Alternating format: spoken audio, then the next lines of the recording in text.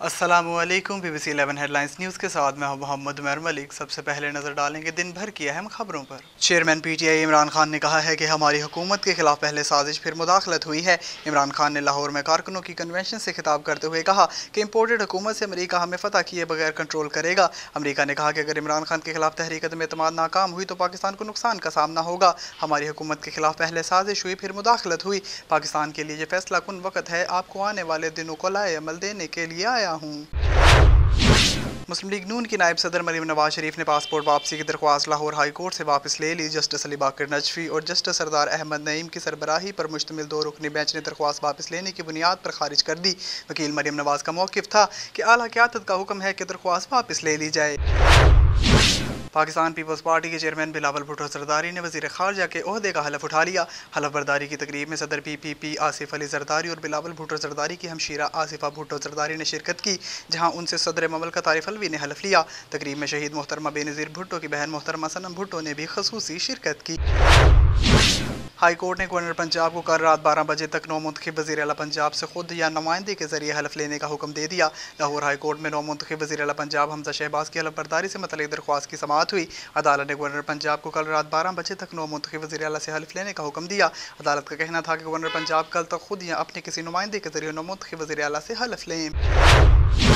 कराची के सारिफिन के लिए बिजली की फ़ी यूनिट कीमत में 4 रुपये 83 पैसे इजाफा कर दिया गया। नेपरा में के इलेक्ट्रिक की जानिब से बिजली की फ़ी यूनिट में इजाफे की दरख्वास्त की समाअत हुई। नेपरा ने के इलेक्ट्रिक के सारिफिन के लिए बिजली की फ़ी यूनिट कीमत 4 रुपये 83 पैसे इजाफे की मंजूरी दे दी। बिजली की कीमत में इजाफा मार्च की माहाना फ्यूल एडजस्टमेंट की मद में किया गया है।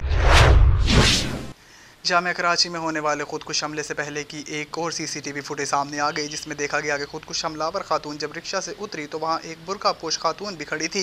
वीडियो में देखा गया कि खुदकुश हमलावर खातून रिक्शा से उतरकर कुछ दूर खड़ी हो जाती हैं और इसी दौरान सफ़ेद स्कार्फ में मौजूद खातून हमलावर इसके पास जाती है और कुछ बात करती है।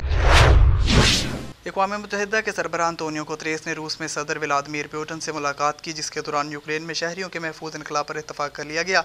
आलमी खबर रसां इदारे के मुताबिक अक़वाम मुत्तहिदा के सेक्रेटरी जनरल अंतोनियो गुतेरेस रूस के दौरे पर पहुंचे, जहां इन्होंने पहले रूसी वज़ीर ख़ारजा सरगेई लारोफ से मुलाकात की, जिसके बाद रूसी सदर व्लादिमीर पुतिन से भी 1 घंटे तक यूक्रेनी जंग पर बातचीत की गई। इंग्लिश क्रिकेट टीम के साबिक़ कप्तान जो रूट के मुस्ताफ़ी होने के बाद ऑलराउंडर बेन स्टोक्स ने इंग्लैंड क्रिकेट टीम की क़यादत संभालने पर रज़ामंदी ज़ाहिर कर दी। मीडिया रिपोर्ट्स के मुताबिक इंग्लिश क्रिकेट बोर्ड के डायरेक्टर रॉब की से बेन स्टोक्स की मुलाकात हुई, जिसमें इन्होंने बताया कि जेम्स एंडरसन और स्टुअर्ट ब्रॉड की सीनियर जोड़ी को वापस स्क्वाड का हिस्सा बनाना चाहता हूँ।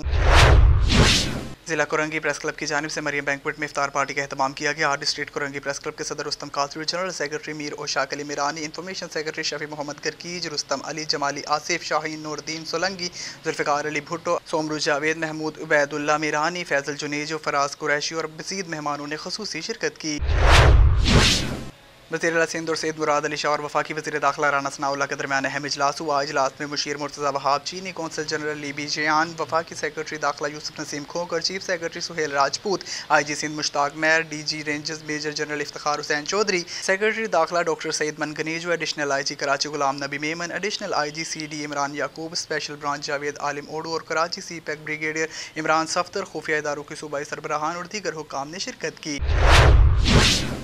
अब तक के लिए इतना ही। मज़ीद खबरों से बाखबर रहने के लिए देखते रहें BBC 11 हेडलाइंस न्यूज़। आप हमें YouTube, Facebook और Twitter पर भी फॉलो कर सकते हैं।